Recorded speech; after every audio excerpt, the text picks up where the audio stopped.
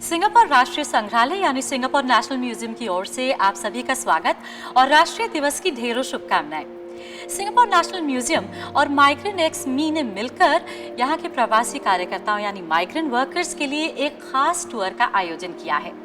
तो आप सिंगापुर के बारे में क्या जानते हैं? यहाँ के लोगों के बारे में, यहाँ की संस्कृति के बारे में, यहाँ के इतिहास के बारे में? मैं हूँ महक और आज मैं आपको लेकर चलूंगी एक ऐसी यात्रा पर जहाँ पर हम आपको दिखाएंगे सिंगापुर के कुछ बहुत ही अहम पहलू और दिलचस्प बातें। तो फिर आराम से बैठिए और आनंद उठाइए हमारी इस विशेष प्रस्तुति का। सिंगापुर गैलरी का यह हिस्सा कहलाता है बिल्डिंग एन इकोनॉमी यानी अर्थव्यवस्था का निर्माण। 1960 से 1970 के बीच सिंगापुर में बहुत तेजी से औद्योगिकरण हुआ। उस दौरान क्या क्या हुआ वो सब यहाँ पर दर्शाया गया है। आजादी के बाद सिंगापुर को बहुत सारी मुश्किलों का सामना करना पड़ा, जैसे बढ़ती बेरोजगारी, घटता इंटरपोर्ट व्यापार और साथ ही साथ में प्राकृतिक संसाधनों की कमी। सिंगापुर सरकार ने विदेशी कंपनियों को सिंगापुर लाने के लिए काफी काम किया, काफी प्रोत्साहित किया कि उनका संचालन सिंगापुर आ पाए।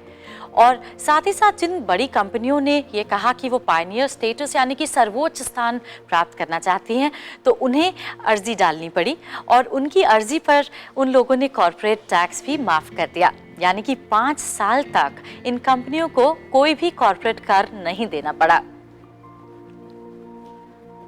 सटीक इंजीनियरिंग और इलेक्ट्रॉनिक्स को ध्यान में रखते हुए कुछ एक ऐसे श्रमिकों पर ध्यान दिया गया जो जटिल से जटिल समस्याओं को सुलझा सकते थे, बहुत मुश्किल हिस्सों को जोड़कर कुछ नया बना सकते थे और औद्योगिकरण को तेजी से बढ़ा सकते थे।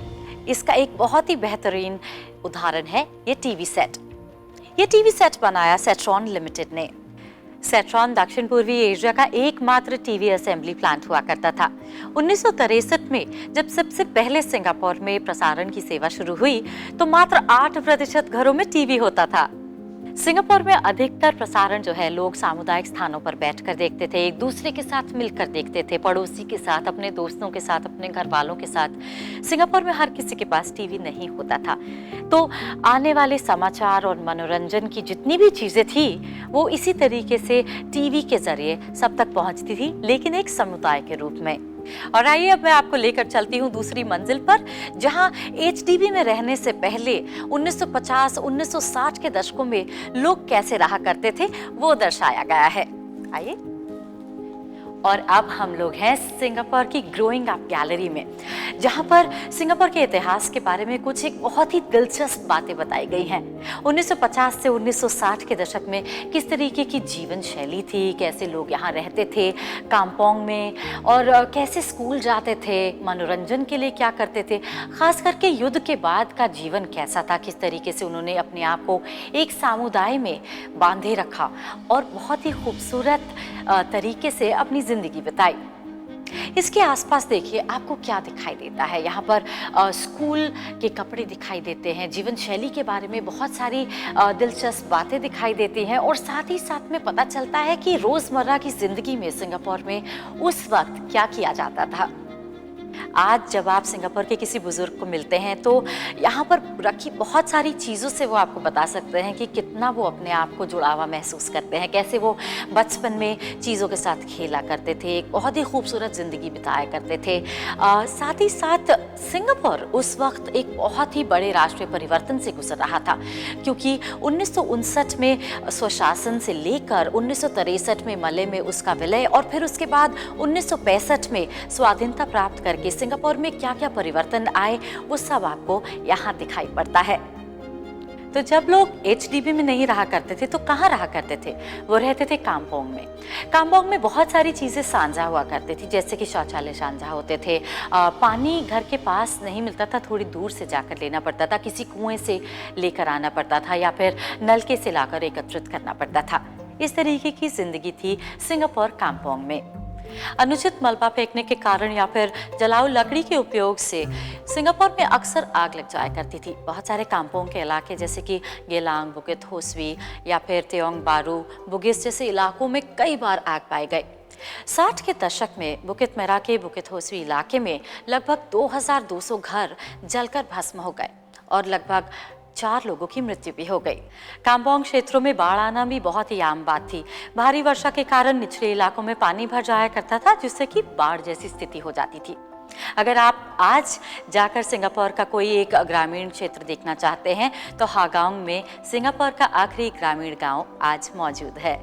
यूं तो काम्पोंग में रहना आसान नहीं था, बहुत सारी अनिश्चितताएं थी, साथ ही साथ में लोगों के बहुत सारे अलग अलग किस्म के काम थे, बहुत भिन्न भिन्न समुदाय के लोग वहाँ रहते थे, मगर फिर भी एक दूसरे का साथ देते थे, मेल मिलाप से रहते थे। और ऐसी परिस्थिति को बहुत बखूबी उन्होंने बयां किया एक वाक्यांश से, और उसका कहना था गोतोंग ग्रोयोंग, यानी कि एक दूसरे के साथ परस्पर रहें, एक दूसरे का साथ दें और साथ ही साथ एक दूसरे का विकास करें। काम्पोंग में रहने वाले आपस में परस्पर मित्र नहीं थे, बल्कि एक दूसरे की भाषा भी जानते थे। अलग अलग समुदाय के लोग थे, पर फिर भी एक दूसरे की भाषा बोलने में सक्षम थे। एक दूसरे की मदद करते थे, जैसे कि अगर किसी की छत टूटी है तो छत बनानी है, या फिर सड़क का काम करना है, या एक दूसरे के लिए कुछ भी करना हो, वो हमेशा एक दूसरे के साथ रहते थे। गोतोंग ग्रोयोंग का जो ये बहुत ही महत्वपूर्ण पहलू था, एक उनके अंदर का जज्बा था, उसने सिंगापुर को एक अलग पहचान दी, एक अलग सांस्कृतिक पहचान, जिसकी वजह से आज हमारा ये राष्ट्रीय दिवस हम मना पा रहे हैं। तो यहाँ आपने देखा कि 1950 और 1960 के दशकों में लोग कैसे रहा करते थे। आइए अब आपको ऐसी जगह लेकर चलते हैं जहाँ पर आजकल सिंगापुर में लोग रहते हैं। सिंगापुर ऐतिहासिक गैलरी के हम एक ऐसे सेक्शन में हैं जहां पर बात होती है घरों के निर्माण की, यानी कि बिल्डिंग अ होम। हमने ग्रोइंग अप सेक्शन में बात की थी थोड़ी देर पहले कि किस तरीके से काम्पोंग में रहने में लोगों को अब असुविधा होने लगी थी। वहाँ पर स्वच्छता की कमी थी, वहाँ पर पानी नहीं था, वहाँ पर और बहुत तरीके की जो थी मुसीबतें थी, और ख़ास करके बढ़ती आबादी के साथ धीरे धीरे लोगों को काम्पोंग में रहने वाले घर छोटे पड़ने लगे थे। वहाँ पर हवा पानी की दिक्कत थी, वहाँ पर सफाई की दिक्कत थी। तो इसमें क्या किया जाना चाहिए, उसके बारे में हम बात करेंगे अपने इस सेक्शन में। सिंगापुर में रहते हुए हम सब ने कभी न कभी एचडीबी को अंदर से ज़रूर देखा है, पर क्या आपने कभी किसी और देश में एचडीबी या ऐसे ही किसी फ्लैट को अंदर से देखा है? आइए सिंगापुर में एचडीबी कैसे होते हैं ये देखते हैं। 1977 में एचडीबी की एक अपनी पत्रिका होती थी जिसका नाम था आवर होम।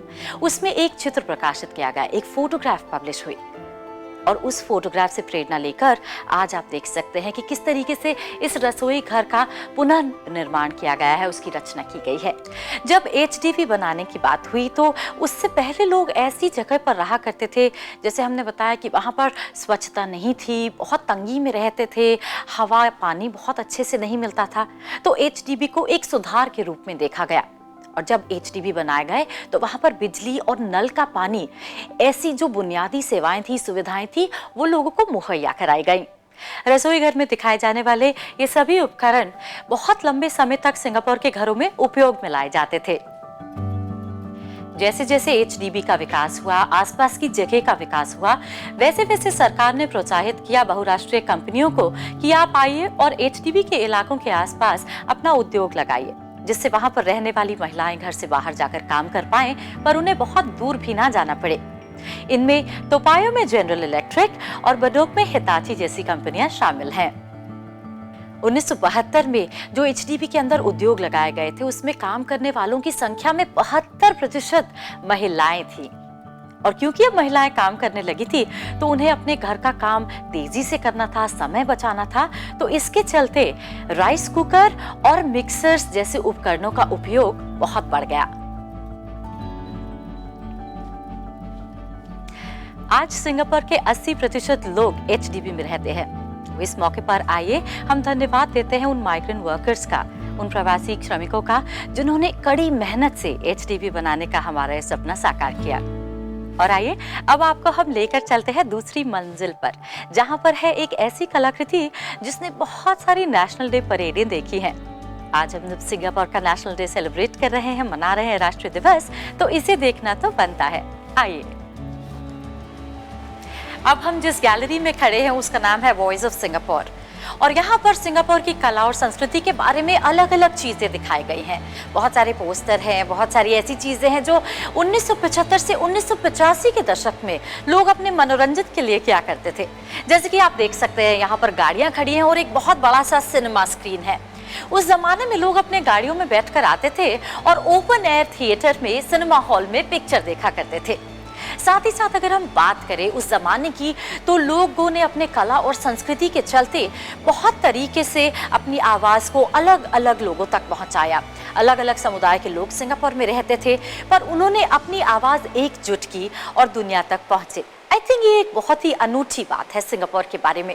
साथ ही साथ अगर हम बात करें कि इस गैलरी में हमें देखने को मिलता है उस जमाने में मनोरंजन के लिए क्या क्या उपयोग किया जाता था, किन चीजों को देखा जाता था, और उसके साथ ही साथ किस तरीके से रंगमंच में लोग प्रदर्शन किया करते थे अपनी कला का। तो आइए आप भी हमारे साथ देखिए। अगर आप इन पोस्टरों को देखें तो आपको पता चलेगा कि उस जमाने में लोग अपनी कला को कैसे दूसरों तक पहुंचाया करते थे, खास करके रंगमंच के माध्यम से। 1960 में एक बहुत ही लोकप्रिय जगह हुआ करती थी ब्यूटी वर्ल्ड। आप में से बहुत सारे लोगों ने beauty world MRT station, beauty world centre, beauty world plaza का नाम तो सुना ही होगा। क्या आपको पता है कि अपर बुकित मार रोड पर एक मनोरंजन का पार्क और बाजार हुआ करता था जिसका नाम था ब्यूटी वर्ल्ड, और उसी के नाम पर इन सब जगहों का नाम। ब्यूटी वर्ल्ड का पहले नाम था दादोंग्या। द्वितीय विश्व युद्ध के बाद इसको एक बाजार में तब्दील कर दिया गया और इसको कहा गया ब्यूटी वर्ल्ड मार्केट। लेकिन यहाँ पर आग लगने का बहुत खतरा होने के कारण इसे 1970 में बंद कर दिया गया। 2008 में सिंगापुर का राष्ट्रीय स्टेडियम पूरे तरीके से नया बनाया गया, पर ये लाल प्लास्टिक की सीटें उससे पहले की हैं जो वहां के ग्रैंड स्टैंड से ली गई हैं। 1973 में तत्कालीन प्रधानमंत्री श्री ली कुआन यू द्वारा सिंगापुर राष्ट्रीय स्टेडियम का उद्घाटन हुआ और अगले 3 दशकों तक यहाँ पर बहुत ही महत्वपूर्ण कार्यक्रम आयोजित किए गए। फिर वो चाहे खेल हो, मनोरंजन हो, सामाजिक कार्यक्रम हो, पर उसका आयोजन यहीं किया जाता था। अगले 3 दशकों तक यहाँ पर बहुत सारे तरीके की चीजें हुई, पर उनमें से खास है कि 18 नेशनल डे परेड यानी कि राष्ट्रीय दिवस परेडों का यहाँ पर आयोजन हुआ। साथ ही साथ 1973, 1983 और 1993 में दक्षिण पूर्वी खेलों का आयोजन स्थल भी यही रहा। 1974 के मलेशिया कप के दौरान सिंगापुर का पहला कालांग रोड सुनाई दिया, यानी कि एक ऐसी आवाज जो सिंगापुर के फुटबॉल टीम के समर्थन में सुनाई पड़ती है और लगता है कि मानो एक लहर सी चल गई हो स्टेडियम में। आज हमने प्रदर्शनी में कितनी सारी अलग अलग चीजों को देखा और जाना कैसे सिंगापुर इस दौर से गुजरा, कैसे इसका विकास हुआ, कैसे एक छोटा सा टीवी इतने सारे लोगों को साथ में रख सकता है, एचडीपी जैसी एक सामान्य जगह कैसे समाज में एकजुटता ला सकती है, गोतुंग रोयोंग जैसा जज्बा कैसे निराशा के दौर में लोगों को निराशा से बाहर निकाल सकता है।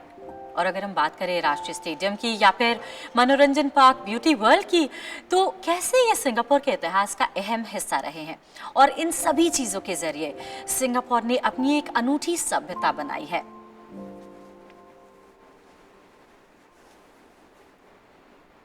हमारी आज की खास प्रस्तुति देखने के लिए बहुत बहुत धन्यवाद। मैं आशा करती हूँ कि आपको ये देखने में आनंद आया होगा और साथ ही साथ बहुत जानकारी भी मिली होगी। अगर आप सिंगापुर के बारे में और कहानियां जानना चाहते हैं तो सिंगापुर नेशनल म्यूजियम जरूर आइए।